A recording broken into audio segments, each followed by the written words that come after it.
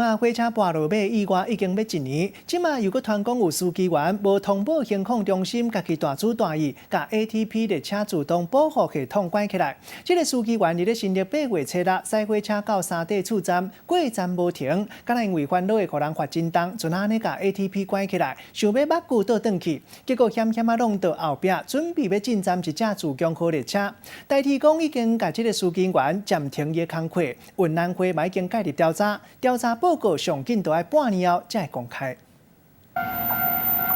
代替的火车咧驶的时阵，若是发生状况，司机员都爱随来通报这个行控中心。不过，即马煞互人逼空讲，代替一列3231班次罗南的区间车，伫咧8月初6经过沙地厝站煞无停车，司机敢若亲像是烦恼讲过站无停会去互人罚真重。所以，伊嘛无通报调度员甲行控中心，就家己甲这个 ATP 列车自动防护系统甲关起来，想讲要甲规列火车甲挖去火站，结果煞去拄着后壁火车嘛要入站，紧甲动起来，才无发生意外。它是一种预警功能啊，比方说列车超速、闯红灯啊，或者是无预警倒车的状况下，它会自动的启动，把列车刹停。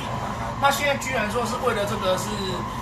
突发状况就把 ATP 关闭哦，这是非常危险的一个状况。对安尼代替发表声明证实讲，佮表示讲9月初接到消息了后，就开始调查，证实有违反运转规定。9月初6已经暂停这个司机员的生物工课，并且提报这个运安会配合调查。根据运安会初步报告，虽然讲无造成人员的伤亡，火车嘛无损伤，不过嘛是认定讲这个事件是重大的铁路事件，会成立专案小组来调查。调查的报告估计伫半年到8个月就会当出来了。伫咧普悠玛火车排练事件满1年进前，又搁传出代替的司机家己甲这个 ATP 甲关起来，即马外界拢斟酌咧甲看。记者综合报道。